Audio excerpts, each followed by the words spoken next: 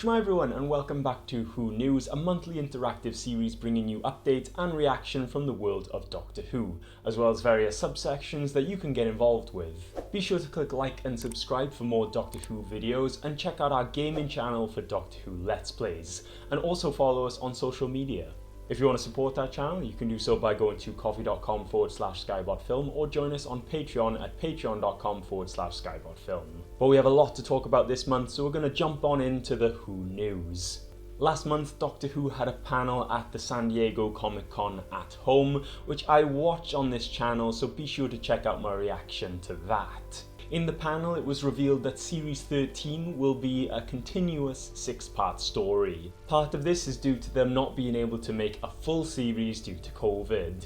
The series will air this year, and I'm really happy about this because Doctor Who fans, they know that sometimes there's a long wait between seasons, and many fans were worried that this was going to be even longer because of COVID. And honestly, I think the 6-part story is a good format to have. Series 12 was Chibnall's only series-long story arc for us to go by. And in Series 12, the questions raised in the opening 2 episodes, as well as Fugitive of the Judoon, were only really answered in the 2-part finale. And all of these episodes had Chris Chibnall credited in some way as the author. To me, it seemed like none of the other writers knew what the overall story was. And this left whole episodes with nothing really to add, and it just made them feel like filler episodes. And with the Series 13 format being one continuous story, there should be no filler episodes, and this should give viewers a compelling reason to tune in each week. It was also revealed that Jacob Anderson from Game of Thrones has been cast in Series 13 as a recurring character called Vinder. It was also revealed that other characters would have recurring roles, appearing in multiple episodes throughout the 6-part event series. However, just days after the San Diego panel, it was revealed by the BBC that Jodie Whittaker and showrunner Chris Chibnall would be leaving the show in 2022. Once Series 13 finishes, Jodie Whittaker's time as the Doctor will come to an end after 3 specials airing in 2022.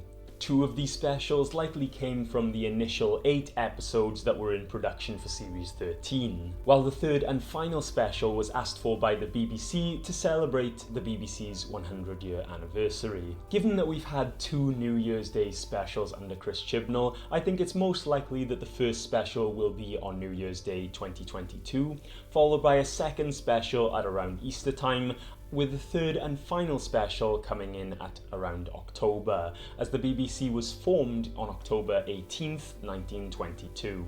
Overall, I'm glad to hear this news, as we can expect a substantial revamp of the show when it returns, although I'm a little concerned about when this could be. Could we be in for another really long wait? Well, I think it depends on how quickly we hear news about who's going to be the next showrunner. With the 60th anniversary coming 1 year after Jodie Whittaker's regeneration, there's not really a lot of time for a full 14th series before a potential 60th anniversary special. I think the best chance is if we hear news about the showrunner relatively soon, because then the writing, the casting and production could slowly begin throughout 2022 while they work on Jodie Whittaker's regeneration. Otherwise, it may be a struggle to have a full series with the 14th Doctor before the show turns 60. I think it would be very strange if the new showrunner and 14th Doctor came in for the 60th anniversary special, but maybe it wouldn't be all too bad if they use all that time to bring the show back with a bang, followed by a potential Series 14. There are a lot of names being thrown around for the 14th Doctor, from Ollie Alexander to Michael Sheen.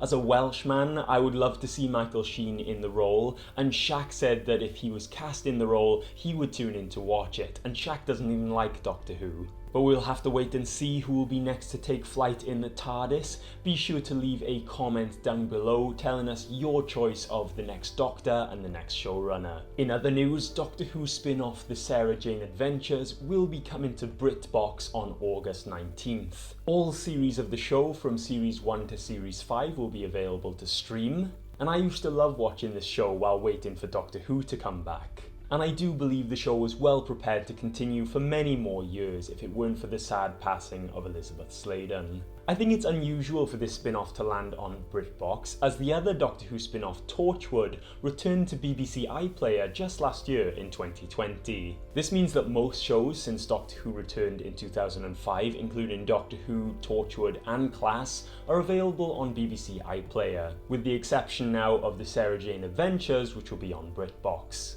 Perhaps these shows will move between these two platforms in the future, and BBC iPlayer does require you to have a TV license, so it might be nice to have a different option for streaming Doctor Who and its spin-offs. Let me know if you'll be tuning into BritBox to watch. Finally, on August the 12th, the popular Doctor Who game Doctor Who The Lonely Assassins arrived not only on Switch, but on PlayStation and Xbox as well. On these platforms, the game is £9.99, which is a lot more than it is on the App Store.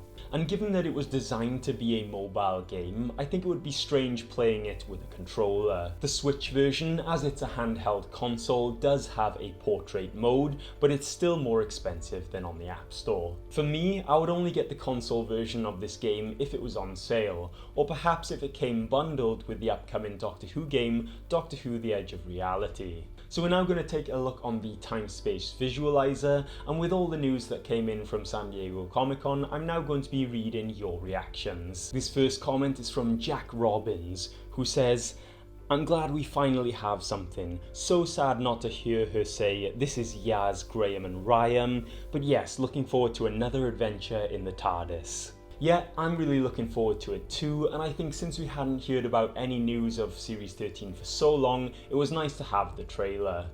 This next comment is from Saibu, who says, "Super excited for Series 13.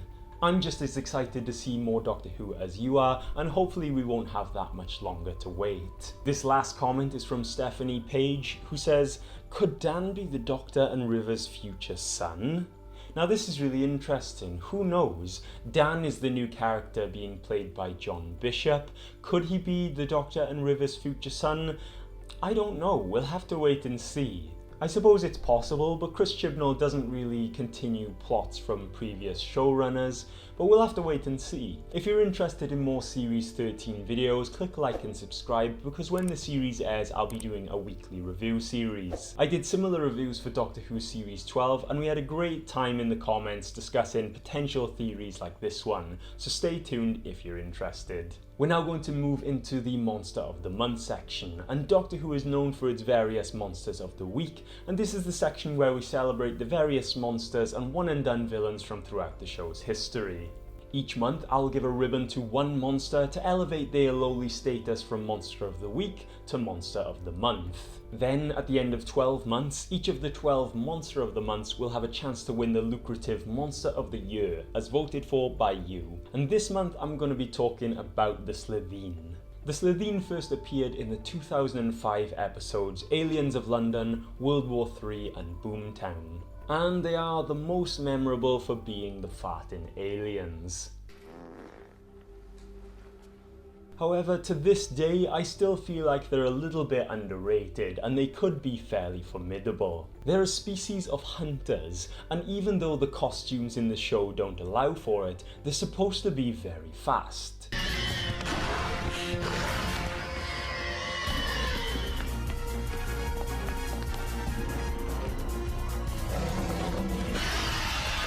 Coupled with their sharp claws and brute strength, they can easily overpower others, which could be really deadly if you don't have any vinegar at hand.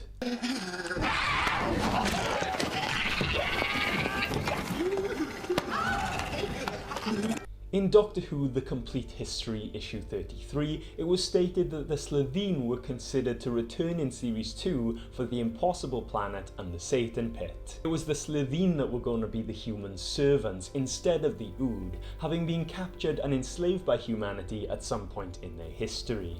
And the beast would have been a Slitheen god who would have freed them. However, the cost of repairing the Slitheen costumes would have been just as much as if they created a new species entirely.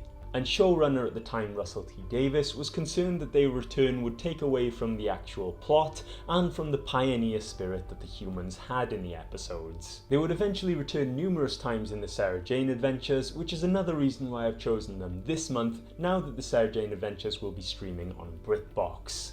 So congratulations to the Slitheen, who have been awarded the Monster of the Month for their sharp claws, speed and strength that is overshadowed by their farting and weakness to vinegar.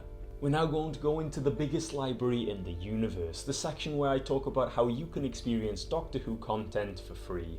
And did you know that Doctor Who has its own role-playing game? It's actually taken many different forms over the years, and Crucible 7 Games have recently announced a second edition, allowing you to easily create your own characters and have adventures in time and space.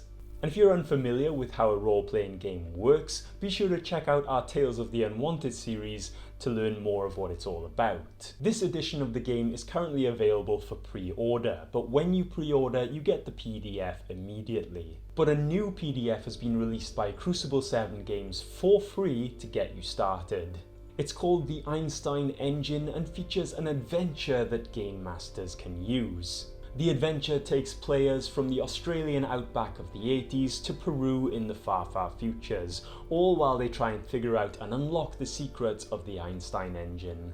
And although this adventure is compatible with the role-playing game, it should be playable using a mix of general Dungeons and Dragons dice rules and your own house rules. I'll leave a link to the free PDF in the description and let me know if you will be taken on this adventure. So that's all I got time for this month. Thanks very much for watching. Be sure to click like and subscribe for more videos, and check out our gaming channel at youtube.com/skybotgaming for lots of Doctor Who Let's Plays. Be sure to follow us on social media, and if you want to support our channel you can do so by going to coffee.com/skybotfilm, or you can join us at Patreon at patreon.com/skybotfilm for lots of digital rewards.